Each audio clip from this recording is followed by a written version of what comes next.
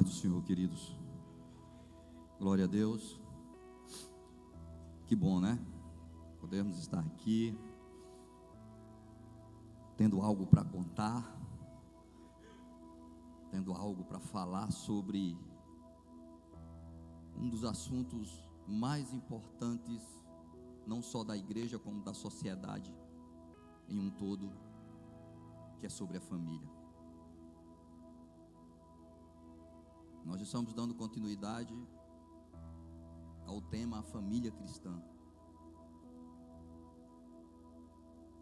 Veja que o nome família desse tema, ele acompanha um peso muito grande. Não se trata só de ser família, mas se trata de ser família cristã.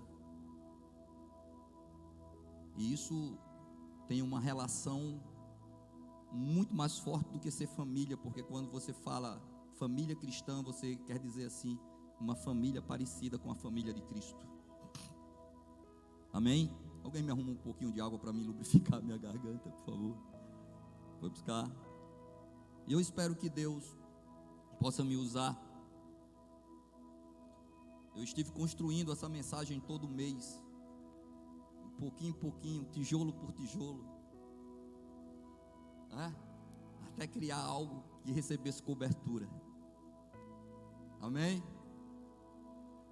Em Efésios 4:6 diz que a presença de Deus, ela está dentro, do lado e sobre nós. Vou repetir. Efésios 4:6, ela diz que há uma presença dentro, dos lados e sobre nós. Há uma presença aqui, há uma presença aí, mas há uma presença maior sobre. E nós queremos tomar posse dessa presença que é maior, que é a presença que traz inspiração, traz revelação e que nos capacita de forma coerente a pregar a palavra. Quando o pastor estava falando sobre o liberalismo que está invadindo a igreja cristã, eu me lembrei do que aconteceu na Europa e o que está acontecendo e já está acontecendo de forma profunda nos Estados Unidos. Eu fui ler alguns dias sobre secularismo. Quem já ouviu falar dessa palavra? Quem já ouviu falar sobre universalismo? Quem já ouviu? Pouquíssimos. O universalismo é a teoria de que basta aceitar Jesus, basta crer, basta ter fé. Eu não preciso nascer de novo, eu não preciso me converter, eu não preciso passar pelo processo da regeneração para ser salvo. Essa doutrina, ela invade a igreja na Europa e destrói a fé daquela igreja. Você sabia que hoje na Europa as igrejas, apenas 4% dos evangélicos frequentam a igreja na Europa? Eu estava escutando uma mensagem do missionário Paul Washer. Quem já ouviu falar de Paul Washer? Ele é duro, né? Ele é conservador. Ele é um pregador batista. E ele foi convidado para pregar nos Estados Unidos, em uma conferência de jovens. E no determinado momento ele estava falando exatamente sobre a doutrina do universalismo e do que ela impõe um certo liberalismo à igreja. Ou seja, eu posso estar aqui na igreja, sair daqui, ir para uma boate, passar a noite dançando, bebendo, fornicando, e amanhã eu estou dentro da igreja de novo e não tem problema nenhum. E ele estava pregando sobre isso na igreja americana, quando aqueles jovens começaram a aplaudir a mensagem que Paul Washer estava liberando. Imediatamente ele, com aquele jeito João Batista de ser, ele: parem, por que vocês estão me aplaudindo? E houve um silêncio na igreja. E ele olha para os jovens daquela igreja e diz: eu estou falando de vocês.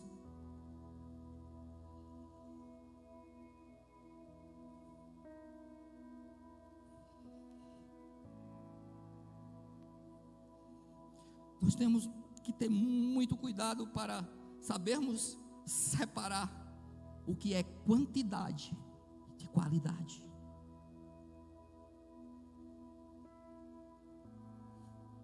E há um movimento estranho no meio evangélico, muito estranho. E que a igreja que cresce, que prospera, é a igreja que está cheia, entupida de crente, onde não tem mais lugares para se sentar. Deixa eu dizer uma coisa, a maioria dessas igrejas, a maioria desses cristãos nominais não nasceram de novo. Precisamos que nos dias atuais Deus levante, e é isso que eu vou falar aqui, de dentro de uma família, profetas com a coragem e a unção de João Batista. Eu vou repetir, precisamos orar, e muito, para que Deus comece a levantar filhos profetas. Filhos profetas, com a unção e a coragem de João Batista, que não tenham medo de pregarem contra o pecado, que não tenham medo de dizer que o homossexualismo é abominação diante de Deus. Está filmando, amém? Porque já não se prega mais isso nos altares. Porque eu posso estar na igreja, eu posso ser lésbica, conviver com a mulher, e posso estar na igreja. Pode estar, mas se não se converter, está perdendo tempo.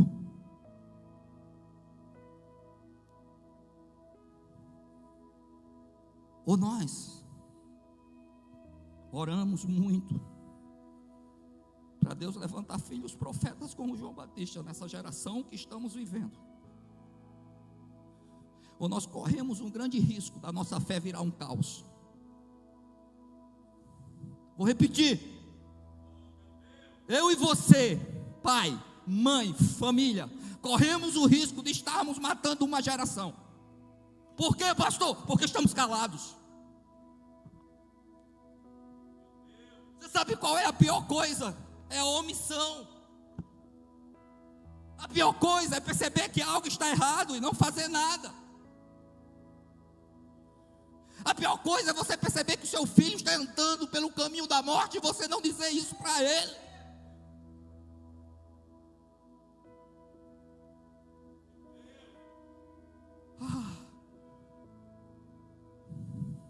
Abra sua Bíblia. Eu tenho um tema, e não fiquem cansados, porque eu vou passar do tempo hoje.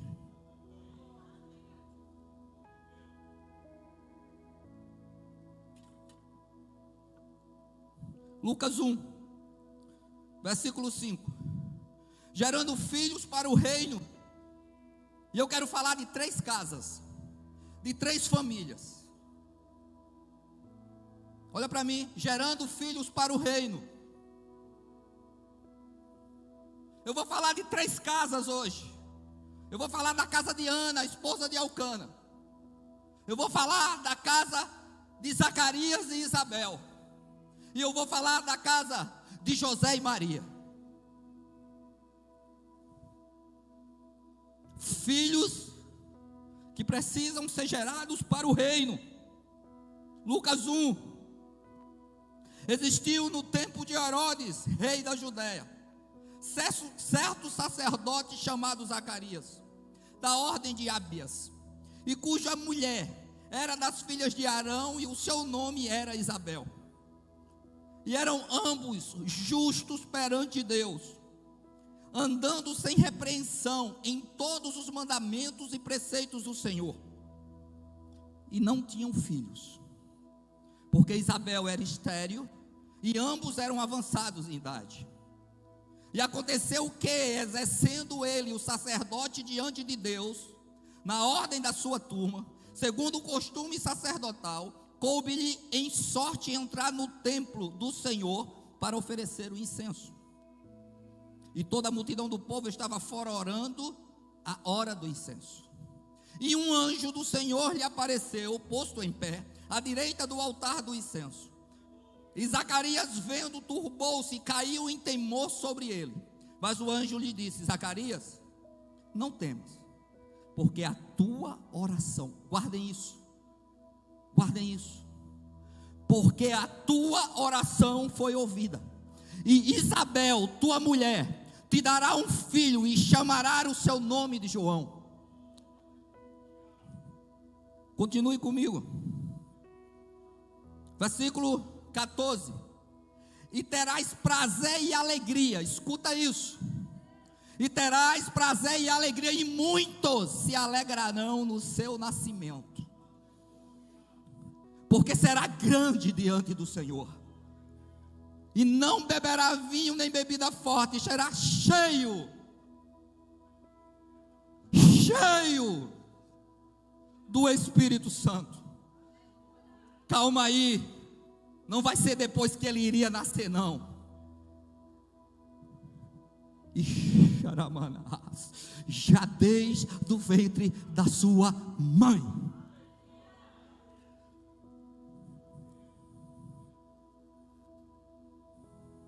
E converterá muitos dos filhos de Israel ao Senhor seu Deus, e irá diante dele no espírito e poder de Elias, para converter os corações dos pais aos filhos, e os rebeldes à prudência dos justos, com o fim de preparar ao Senhor um povo disposto.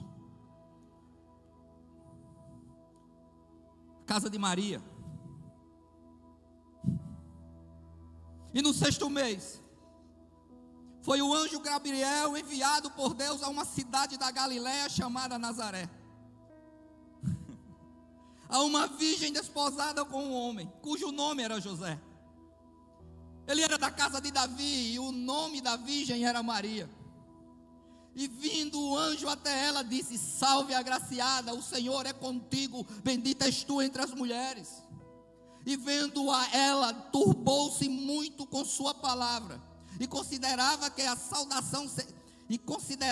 saudação seria esta. Disse-lhe então o anjo: Maria, não temas, porque achastes graças diante de Deus. E eis que em teu ventre conceberás e darás à luz a um filho, e o chamarás o seu nome de Jesus. Este será grande, e será chamado Filho do Altíssimo. O Senhor Deus lhe deu e dará o trono de Davi seu pai. Vamos lá para o Velho Testamento? Pastor, o senhor está nos cansando. Não. 1 Samuel capítulo 1, versículo 11. A casa de Ana. E fez um voto dizendo ao Senhor dos exércitos: se benignamente atentares para a aflição da tua serva, e de mim te lembrares, e da tua serva não te esqueça, mas da tua serva deres um filho homem, ao Senhor o darei todos os dias da sua vida, e sobre a sua cabeça não passará navalha. Ela, pois, com amargura de alma, orou ao Senhor. Ela fez o quê? Orou ao Senhor e chorou abundantemente. Escute, só teve uma que não orou aí, das mães que queriam gerar filhos. Quem foi? Maria. Por quê? Porque ela não precisava orar. Jesus não nasce da vontade dela nem de José, ele nasce da vontade do Pai. Escute. Mas as outras mulheres não. O que elas tinham em comum? Diga: esterilidade. Elas não podiam ter filhos biológicos. Sim ou não? Esse era o maior problema.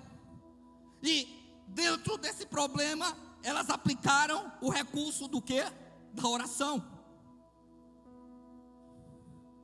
A primeira atitude para que eu possa gerar filhos espirituais dentro da minha casa é que eu tenho que ter uma vida de oração, não só por mim, mas pela vida dele também.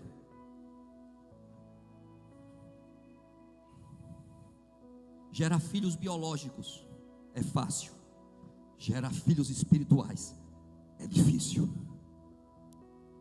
Qual é a grande pergunta, pastor? O que nós estamos gerando?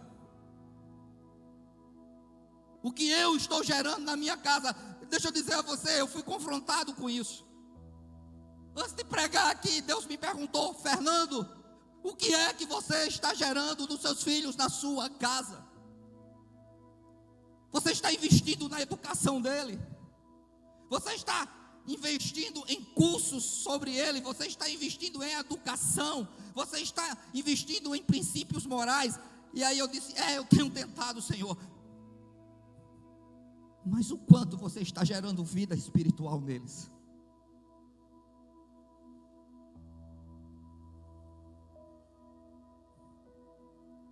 O que é secularismo, pastor? É quando a igreja se preocupa muito mais com as coisas do mundo do que com as coisas do reino. É quando eu pego um filho e eu estou extremamente preocupado se ele vai se tornar um grande advogado, um grande médico, um grande juiz, ou se ele vai se tornar um político famoso da cidade, um senador ou um presidente da república. Deus não nos chamou para gerar filhos para o mundo. Deus nos chamou para gerar filhos para o reino. É para o reino. E isso é o grande problema. Estamos matando uma geração. Eclesiastes 1 diz que uma geração vem e a outra vai, que uma geração passa para que uma outra seja instalada. Corre o risco dessa geração morrer e não vir uma nova geração, porque a geração atual não está gerando filhos espirituais. Por quê? Que filhos de pastores não querem ser pastores?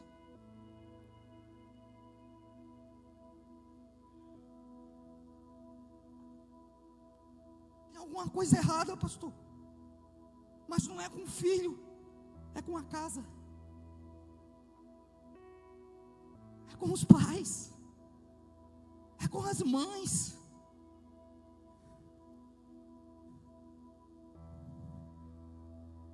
Uma geração passa, e se essa geração passar e não fizer nada para uma próxima geração,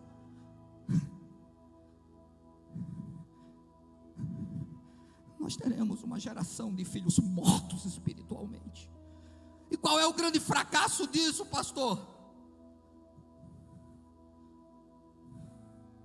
É que teremos uma igreja enfraquecida, fria espiritualmente, onde os nossos filhos vão ser criados sem temor ao Senhor, onde os nossos filhos vão crescer sem princípios que o contexto bíblico existe para que a gente possa estar alinhado com Deus. Agora veja bem, pega a família de Zacarias. Que ambiente! Quando eu leio esse texto, eu fiquei com inveja daquela casa. Eu fiquei apaixonado pela casa de Maria, pela casa de Zacarias e de Isabel. Por quê, pastor? Olha o que é que diz o versículo primeiro. Olha o que é que diz. Zacarias era o quê? Diga, sacerdote.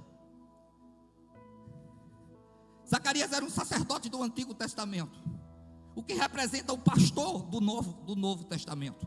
Diga, ele tinha um pastor na sua casa. Ele não só era um pastor, como ele era um pastor que estava em atuação. Ele estava no templo ministrando, no lugar santo, fazendo o quê? Queimando incenso. Era um adorador. Vamos lá. Ele era descendente de Arão. Sobre ele tinha uma linhagem de sacerdotes, de alguém que tinha investido em uma geração anterior, para que Zacarias estivesse naquele dia de pé perante o Senhor, ministrando no seu templo. Uma geração futura, ela só é forte quando a anterior fortalece ela. A geração que vem depende dessa geração. Depende de mim, pastor, depende do Senhor.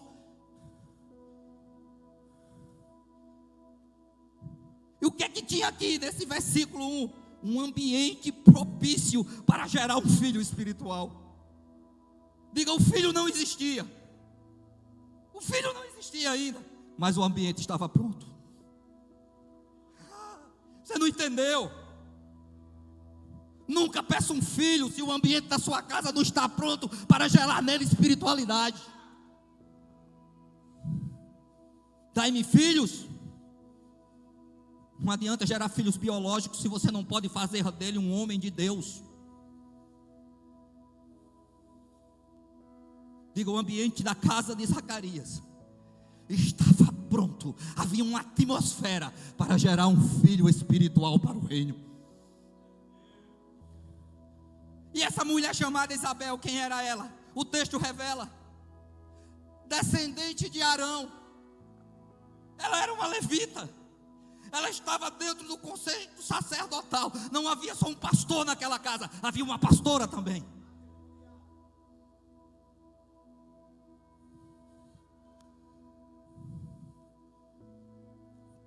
Diga, o ambiente estava preparado. Faltava o filho. Mas deixa eu dizer, o ambiente tem que vir antes do filho. Tem alguém aqui que ainda não tem filhos? Tem, e que pretende ter.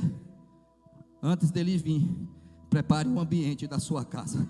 Crie uma atmosfera espiritual adequada para gerar filhos espirituais.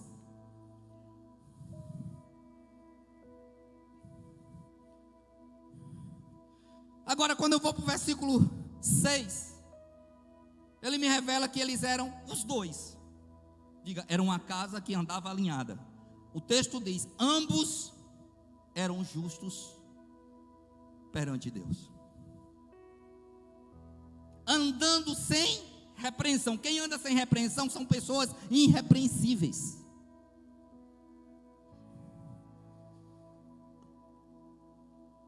Em todos, escute isso, é muito forte.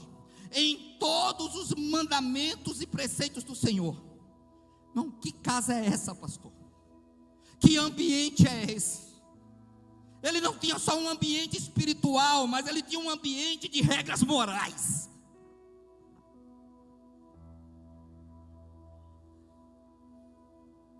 Escute. Quando esse menino nasceu,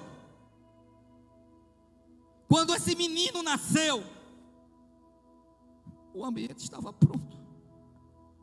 O segredo não estava em João Batista. O segredo estava na casa. O segredo estava na casa.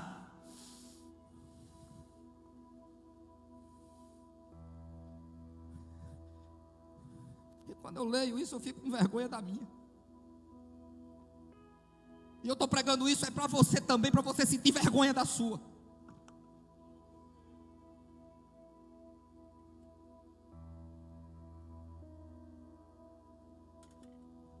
Eu disse: Senhor, coloca o espírito de João Batista em mim hoje. Vamos continuar. Quer que eu pare? Eu paro. Vocês gostam de apanhar? Agora veja bem. Vida moral exemplar. Eles não só ouviam o que os pais ensinavam, eles viam os pais fazerem. Eles eram irrepreensíveis, não só diante de quem estava na casa, leia o texto, mas diante também de quem estava fora. Olha que coisa é essa. Olha que coisa é essa.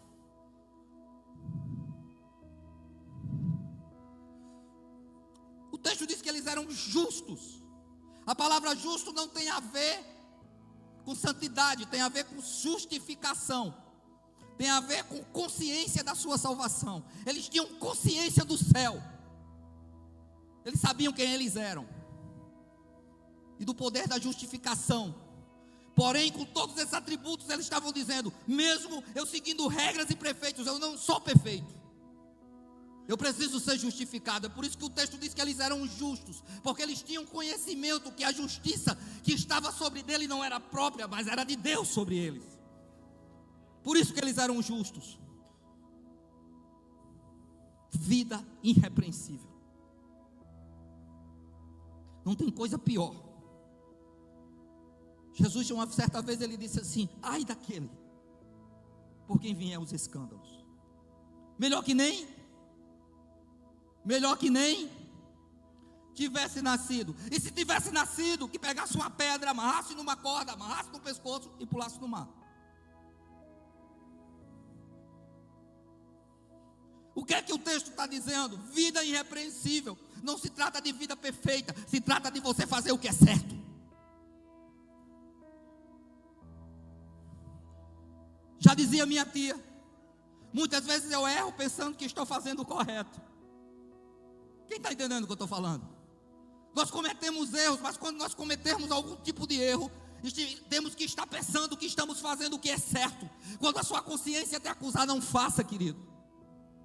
Porque não tem uma coisa pior do que alguém chegar numa casa, entrar e pregar o evangelho, e dentro daquela casa tem uma notícia de escândalo. Porque quando você é medido,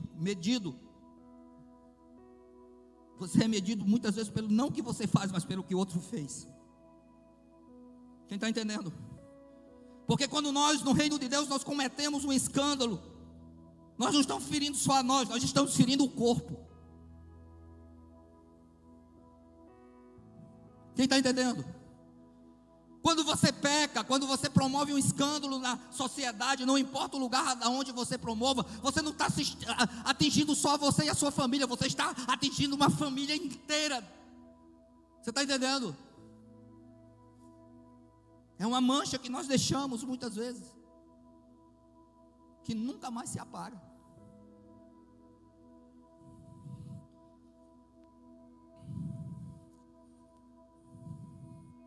Diga, a casa e o ambiente estavam preparados. O que é que precisava agora? Olha para mim. De um milagre.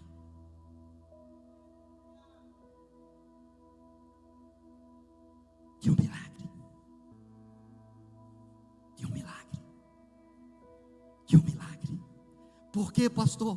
Porque na casa que tem oração, na casa onde as pessoas são justas e têm vidas irrepreensíveis, não precisa se esforçar muito para que milagres aconteçam dentro do ambiente da casa.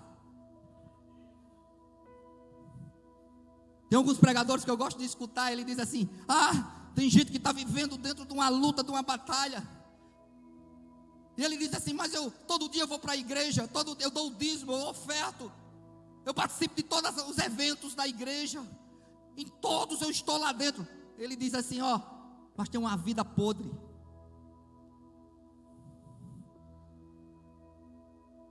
E aí ele diz: mas por que a minha vida não muda? Aí ele diz: porque você não deixa de enrolar, porque você não deixa de mentir, porque você deixa de pagar as suas contas, e o seu nome é falado em todo lugar como um velhaco. É porque você é conhecido na sua rua como o espancador da sua mulher. Você está entendendo? Um tempo eu morei perto de um cara que era crente de uma igreja tradicional aqui da cidade. Eu não vou dizer qual é a igreja, mas uma das igrejas mais radicais que eu já vi. E ele não me dava a paz do Senhor, porque eu era da Assembleia de Deus, ele se achava mais santo do que eu. Ele dava bom dia, boa noite, boa tarde, mas ele não me dava a paz do Senhor. E olha que eu era religioso, viu? Eu andava todo no social, crentão. Bermuda, Jesus, mostrar as pernas, isso é pecado. Mas de vez em quando, da minha casa, eu escutava ela gritando: socorre-me, eu não aguento mais. Porque todo dia ele dava uma surra nela. Quem está entendendo o que eu estou falando? Quem está entendendo o que eu estou falando? Mude o ambiente da sua casa, porque Deus quer fazer milagres nela. Não é a sua presença aqui, não é o seu dízimo, não é a sua oferta, é o ambiente da sua casa. É o ambiente da casa. Eu não acredito que hoje tem um crente aqui que bateu na mulher.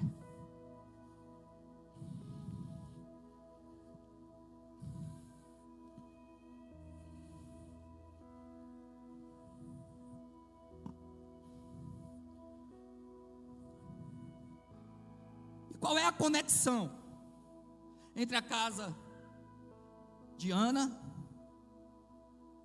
a casa de Isabel e a casa de Maria? Qual é a conexão? Só um: o ambiente.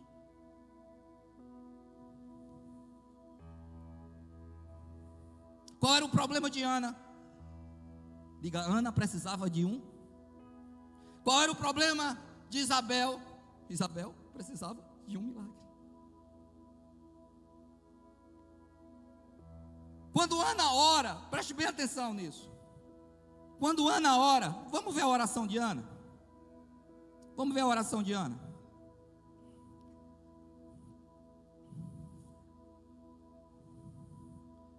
Primeiro Samuel 1:11. E fez um voto dizendo ao Senhor dos Exércitos: se benignamente atentares para a aflição da tua serva e de mim te lembrares, da sua serva não te esqueceres, mas a tua serva deres um filho homem, ao Senhor, ó o segredo. Antes de Ana pedir um filho para ela já tinha dado ao Senhor. Antes dela gerar um filho que não existia, ela já estava preocupada em gerar um filho espiritual para o reino. Escute isso. Diga: o filho não existia, mas o ambiente estava sendo preparado. O segredo está no ambiente. Você sabe por que a maioria dos filhos de pastores não querem ser pastores? Porque muitos pastores sem vergonha na cara sentam numa mesa e ficam falando de outros pastores. Aí você sabe o que acontece, pastor Reginaldo? Os filhos escutam. Porque os filhos, segundo a Bíblia, eles vivem ao redor da mesa. É ou não é? A gente, quando está lá em casa, reunido, de vez em quando eles passam, anteninha, escutam e absorvem o que você gera dentro da sua casa. E você sabe o que o filho diz? Como é que meu pai quer que eu seja pastor, se os pastores entre si não se respeitam?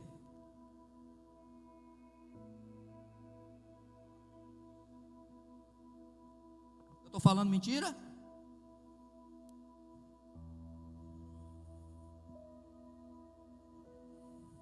O que vai gerar filhos espirituais na sua casa é o que eles escutam na tua mesa. Está entendendo?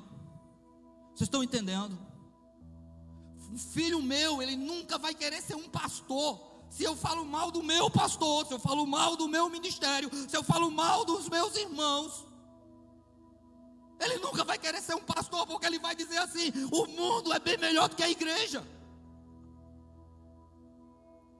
Porque o discurso é muito forte aqui, mas aí muda.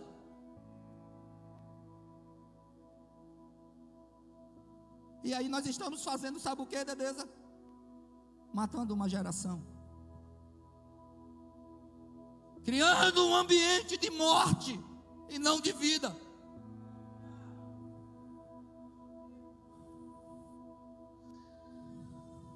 Eu vivi um tempo da minha vida, porque eu acho que a correção tem que começar com quem está pregando. Que eu não me sentava na minha mesa para falar mal dos outros. Você acredita nisso? Havia um demônio. Mas um dia eu disse: Deus, eu ponho um ponto final. E a partir de hoje na minha casa só se fala de coisas boas. E que a minha mesa a partir de hoje seja uma mesa de vida e não de morte.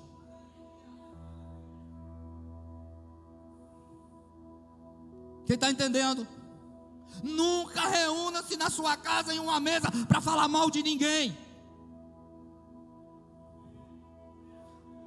Nunca. Por mais falho que seja o teu líder, por mais falho que seja o teu pastor,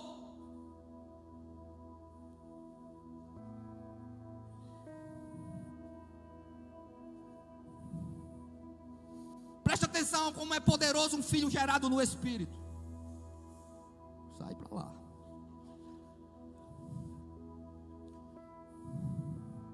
Preste atenção.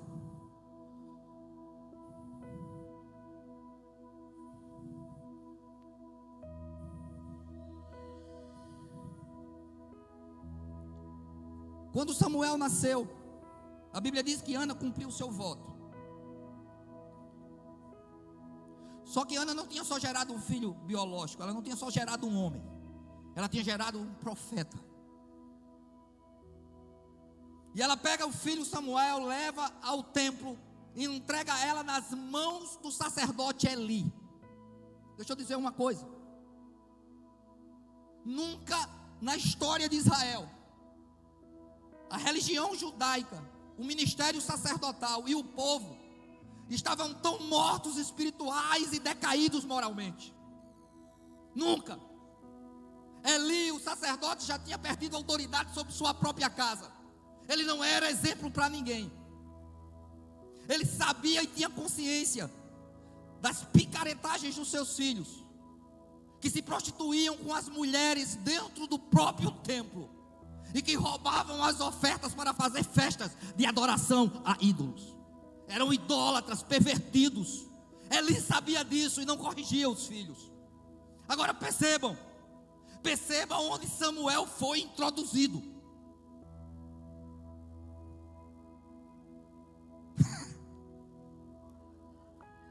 A diferença entre gerar apenas filho biológico e filho espiritual é que filhos espirituais vão mudar uma geração. É que filhos espirituais vão promover um grande avivamento.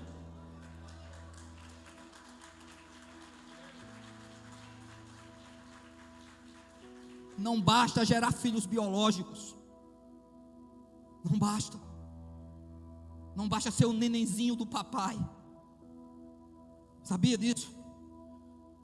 Nós vivemos um tempo que não pode corrigir o filho, isso é mentira de Satanás. Eu tenho 2 filhos biológicos, Felipe e Rafael, e 3 filhos que eu adotei de coração, que são da minha esposa, o Caliel, o Davi e a Diana. Eu tive pouco contato com esses 3. Quando eles chegaram na minha casa, eles já eram um pouco grandes, eu não pude formá-los completamente. Mas percebam, de dentro da minha casa eu gerei um pastor.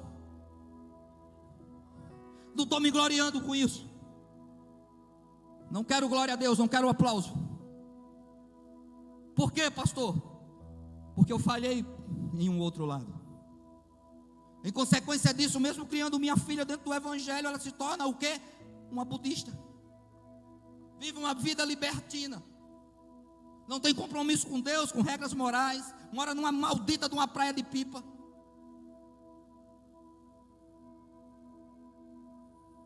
Aonde você está querendo chegar, pastor? Aonde foi que eu errei? Aonde é que você está errando?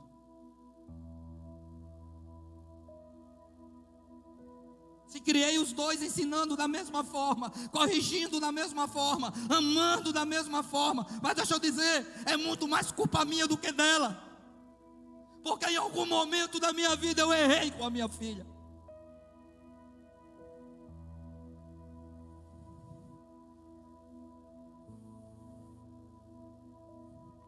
E talvez ela olhe para mim e diz assim: jamais eu quero ser como meu pai.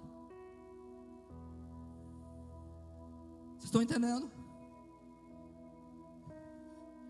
Seja um inspirador dentro da sua casa. Levante uma geração de profetas. Levante filhos espirituais para servir no reino de Deus. Vamos mudar a situação desse tempo, para vivermos um tempo melhor. Você sabe quando virão tempos melhores, pastores? Quando os nossos filhos forem melhores do que nós. Está entendendo? Se nós não gerarmos filhos melhores do que nós, a geração que vem vai morrer. Por quê, pastor? Porque a cada dia as coisas estão ficando mais difíceis. Porque essa geração de hoje talvez não tenha força para combater o que vem numa geração posterior.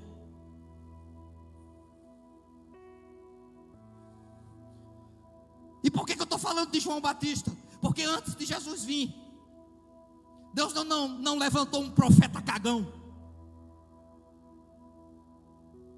Deus não levantou um pregador frouxo. Deus não levantou um pastor que se dobra diante do pecado, que recebe aplauso de político e compactua com picaretagens.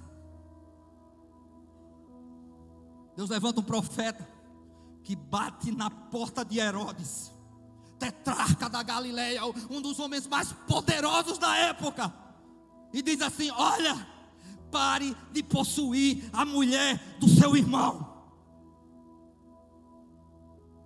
Diz a história que todos os dias essa mesma mensagem repetidamente ecoava pelos ouvidos de Herodes. E diz que Herodes intentou matar João Batista e não matava por causa da opinião popular. Até que um dia ele vê uma cintura balançando, uma mulher rebolando na sua frente. E depois que ele libera a palavra, ele não poderia voltar atrás. E pedem a cabeça de João Batista numa bandeja. E como ele já tinha liberado a palavra, ele não podia voltar atrás. Ele teve que matar João Batista. Onde eu quero chegar? Filhos gerados no Espírito não tem medo de morrer pela causa do Evangelho.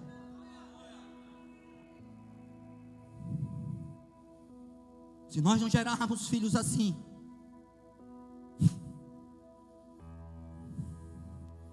nós vamos nos perder para o mundo.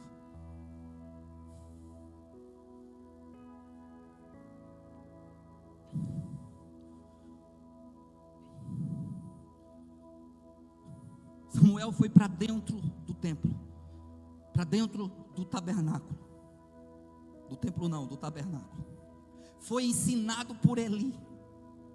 Sim ou não?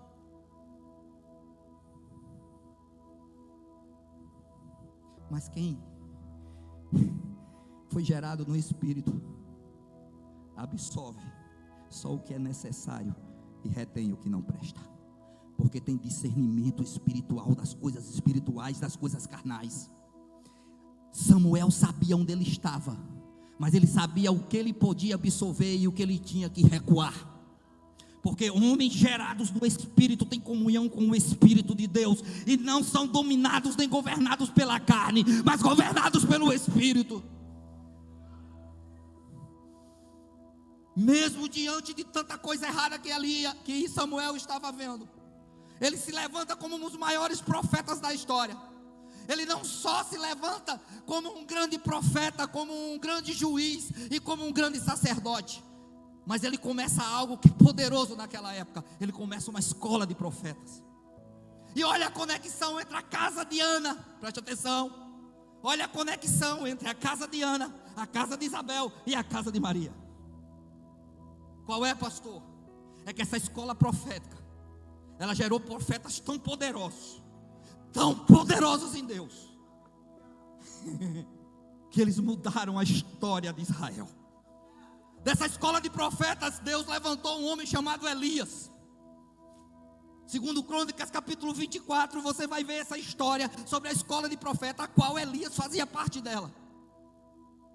Depois se levanta um outro profeta chamado Eliseu, que comia na mão de quem? De Elias. Que deitava água nas mãos de Elias, que foi formado pela mesma escola de profeta que Samuel iniciou em um tempo de corrupção.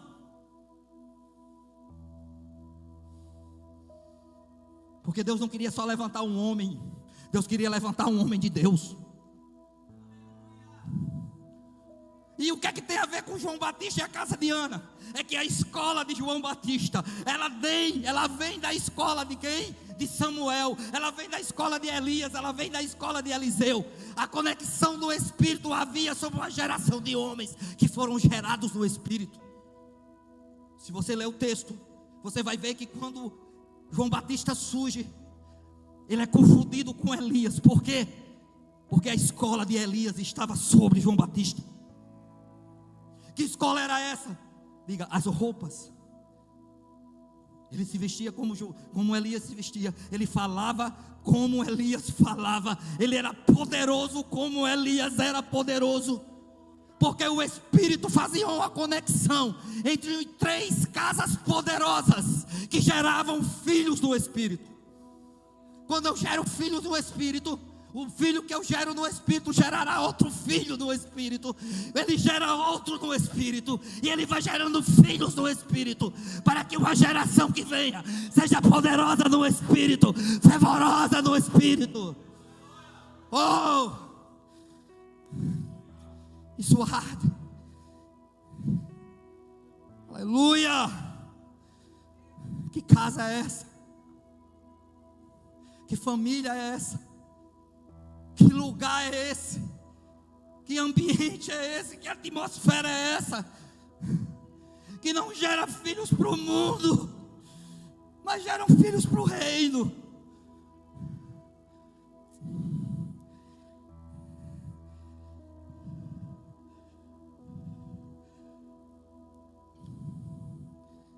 Aleluia. Aleluia. Diga uma casa, eu vou encerrar.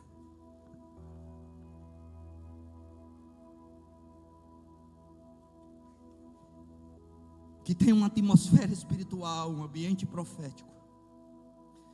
Ela é uma casa que gera vida em outras casas. Uma família que tem esses atributos, ela gera esses mesmos atributos em outra casa, em outro lar, em outra família. Quando eu li no texto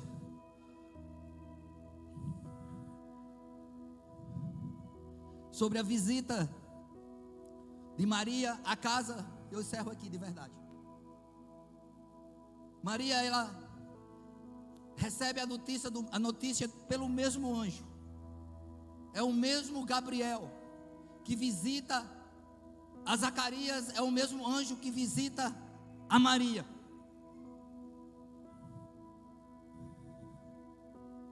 Por quê? Por que anjos visitavam aquelas casas?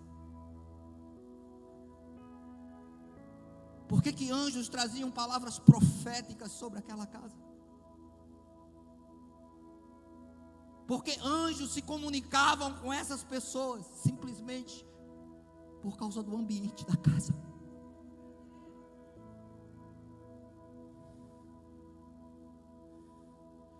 O ambiente da casa atrai milagres.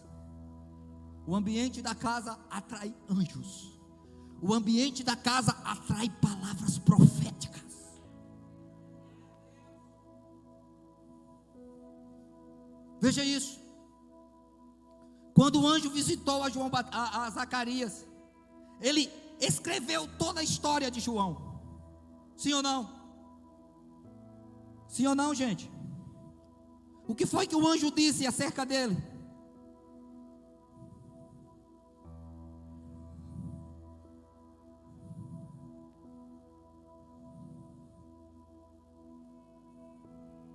Olha que notícia linda, versículo 14. Olha a palavra para dentro da casa de Isabel e de Zacarias. Esse filho que vocês vão ter, ele trará prazer e alegria a vocês. Eu vou repetir. Quando esse filho nascer, olha a profecia do anjo sobre João. Quando esse filho nascer desse ambiente que vocês já fabricaram, que vocês já produziram, vocês terão alegria e prazer nele.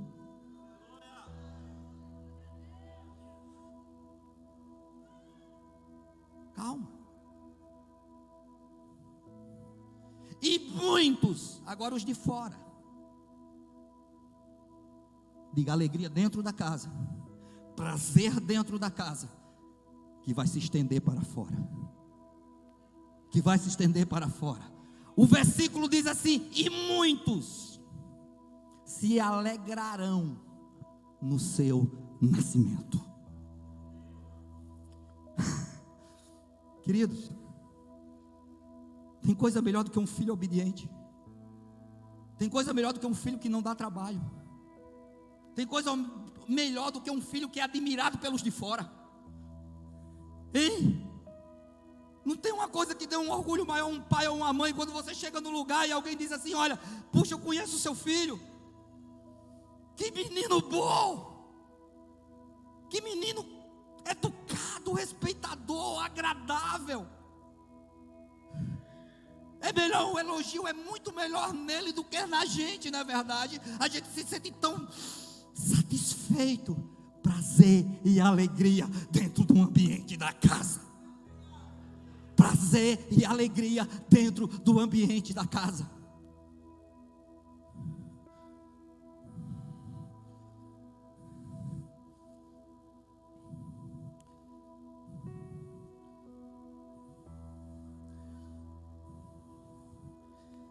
Versículo 15.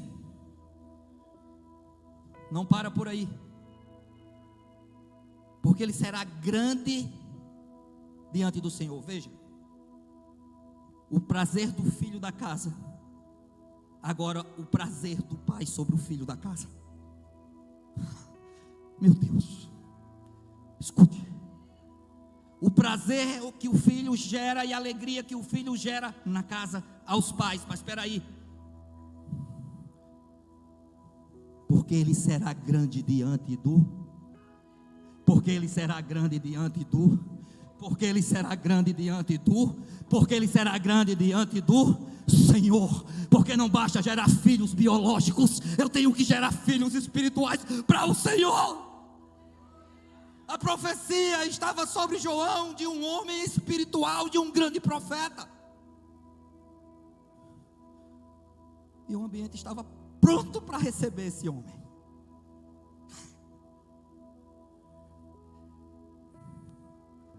E não beberá vinho, nem bebida forte, e será cheio do... E será cheio do quê?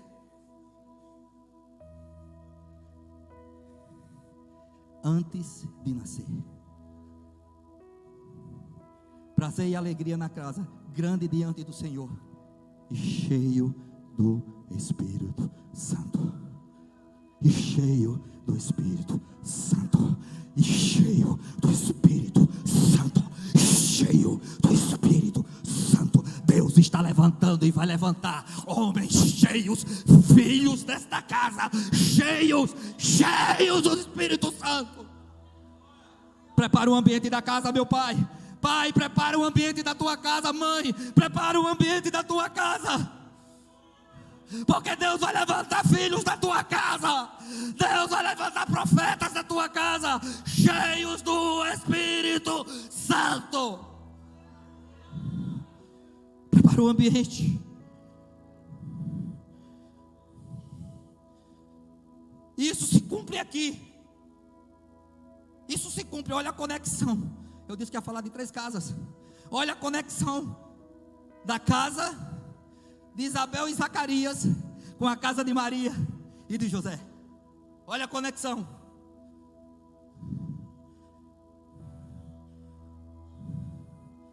E naquele dia, naqueles dias, levantando-se Maria, foi apressada às montanhas da cidade de Judá, e entrou em casa de Zacarias, e saudou a Isabel. E aconteceu que, ao ouvir Isabel a saudação de Maria, a criancinha saltou do seu ventre, e tanto Isabel foi cheia do Espírito Santo. Casas que se conectam também no Espírito, famílias que geram ambiente em outras casas espirituais também.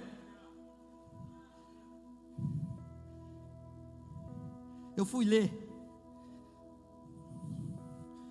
4 minutos. Eu fui estudar um pouco sobre o que aconteceu aqui com a visita de Maria na casa de Isabel. Se você ler os textos com atenção, e tem que ler, quem pregar, leia várias vezes o texto, exauridamente os textos, em várias versões. E eu lendo, diz que quando Maria soube que estava grávida, ela escondeu a gravidez por 5 meses. Quem já leu isso? Ela escondeu a gravidez por 5 meses. Mas o que é que estava acontecendo na barriga de Maria? De Isabel, perdão.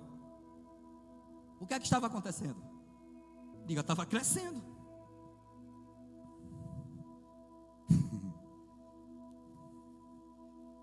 Estava o quê? Não dá para esconder aquilo que se cresce. Cheio do Espírito Santo. Ai, vocês estão tudo sem entender. É impossível não ser visto quando se está crescendo cheio do Espírito Santo.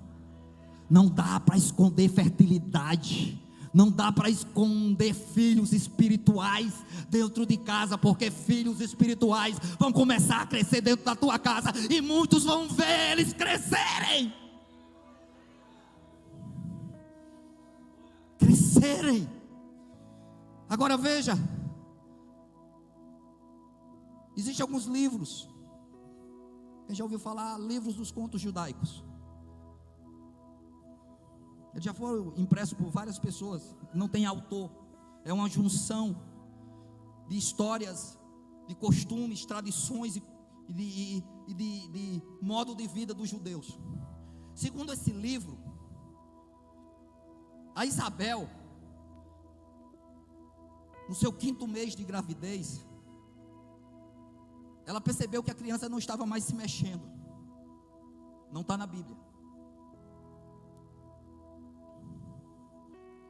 Quando você lê o texto, você escuta que quando Maria sabe da notícia, existe uma expressão interessante, diz que ela depressa correu para a casa da irmã. Isso me chamou a atenção.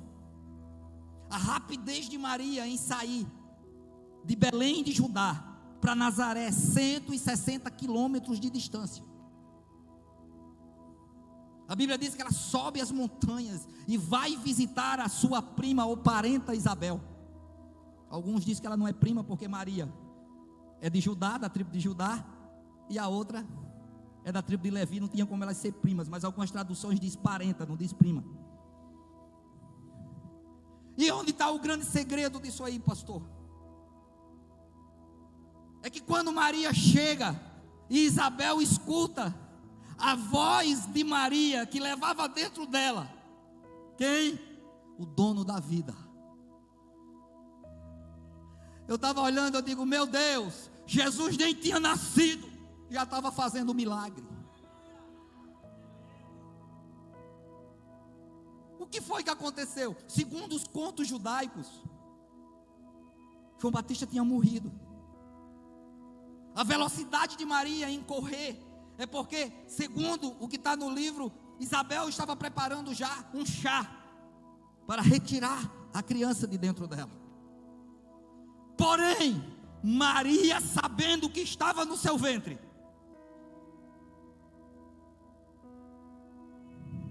saiu da casa dela, porque tinha conexão com a casa de Isabel.